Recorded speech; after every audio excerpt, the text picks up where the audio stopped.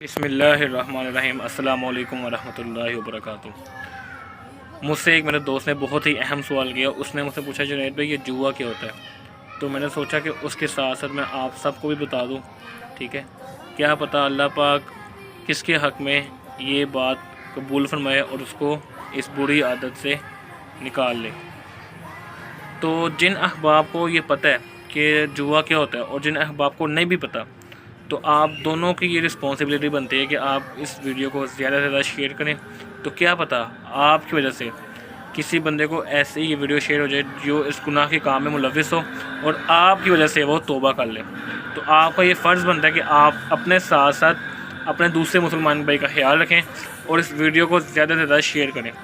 جوئے کی ایک بہت ہی آسان جو تعریف یہ ہے کہ آپ نے کہیں پر مال لگایا، چاہے وہ پیسے کی صورت میں ہو، چاہے وہ تجارت کی صورت میں ہو، چاہے وہ کسی بھی صورت میں ہو، جانوروں کے لحاظ سے، کسی بھی صورت سے، دولت کے لحاظ سے، مالی لحاظ سے، کسی بھی صورت سے آپ نے کہیں پر مال لگایا، ٹھیک ہے؟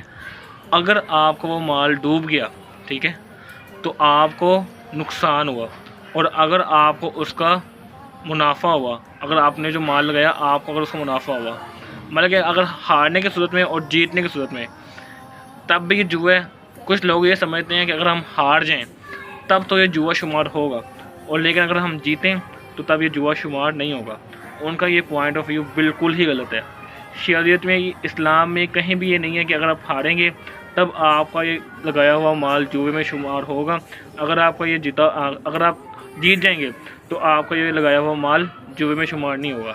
کہیں پر بھی ایسی بات نہیں ہے، بلکہ ہاں یہ بات ضرور ہے کہ ایسی بات ضرور ہے کہ آپ صلی اللہ علیہ وآلہ وسلم نے ارشاد فرمایا ہے کہ جنت میں وہ شخص داخل نہیں ہوگا کہ جس کا گوشت حرام کی کمائی سے پلا ہوا ہوگا۔ ہاں ایسی حدیث پاک ضرور ہے، لیکن ہاں یہ کہیں بھی اسلام میں نہیں ہے، کہیں دین اسلام میں ایسی کوئی بات نہیں ہے کہ آپ کا لگایا ہوا مال اگر آپ ہارتے ہیں تو وہ جوے میں شمار ہوگا، اگر آپ جیتتے ہیں تو وہ جوے میں شمار نہیں ہوگا۔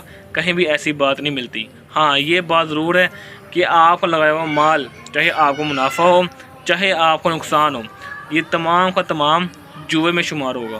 اور جیسے میں نے بتا دیا آپ کو کہ جوے کی کتنی بڑی وعید ہے، وہ شخص جنت میں داخل نہیں ہوگا کہ جس کا ماس، جس کی کھال حرام کی کمائی سے پلی ہوگی۔ اور ہاں ایک اور دوست کا بہت اہم سوال تھا، اس نے مجھ سے پوچھا کہ جنید بھائی یہ جو آج کل گیمز ہیں، آن لائن گیمز، اس پہ کیا ہوتا ہے؟ اس پہ ہم پیسے لگاتے ہیں۔ ہاں اگر ہم پیسے لگائیں اور ہم جیت جائیں، اگر ہم گیم جیت جائیں تو ہمیں اس کا پروفٹ ملتا ہے 2 گنا 3 گنا، یہاں تک کہ 10 گنا بھی ہمیں اس کا پروفٹ ملتا ہے۔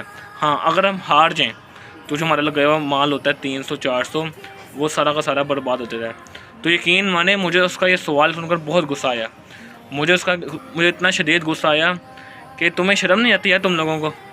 مجھے بتاؤ ذرا، تم اپنے ماں باپ کے پیسے اس پہ ضائع کرتے ہو، اس جوے کے پیسے پہ ضائع کرتے ہو، تم اتنے ویلے رہ گئے کہ تم گیمیں کھیلو بیٹھ کے۔ اب امت کو کوئی اور کام نہیں ہے، اب امت نے صرف یہ گیمیں کھیلنی ہے۔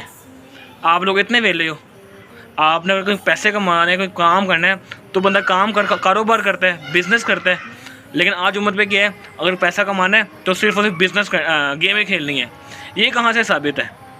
کوئی خدا کا خوف کرو یار، اپنے ماں باپ کی کمائی کو تم اس طرح ضائع کرتے ہو، تم لوگوں کو شرم نہیں آتی؟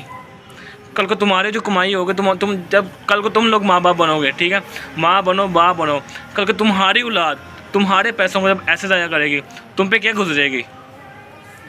تمہیں شرم نہیں آتی؟ تم اپنے ماں باپ کی کمائی کو جو اتنی مشکل سے محنت مزدوری کر کے کماتے ہیں، تم ان کے پیسوں کو حرام کاموں میں ضائع کرتے ہو، جوے میں ضائع کرتے ہو۔ تم لوگوں کو شرم نہیں آتی؟ کچھ تو خدا کا خوف کرو یار۔ اس دعا کے ساتھ کہ اللہ پاک آپ کو بھی، مجھ سمیت ہم سب کو اللہ پاک حرام کی کمائی سے بچائے، میں اپنے بات کو اختتام کرتا ہوں۔ وہ کسی نے کیا فرمایا، اس نے کہا کہ حرام کے لقمے سے بہتر ہے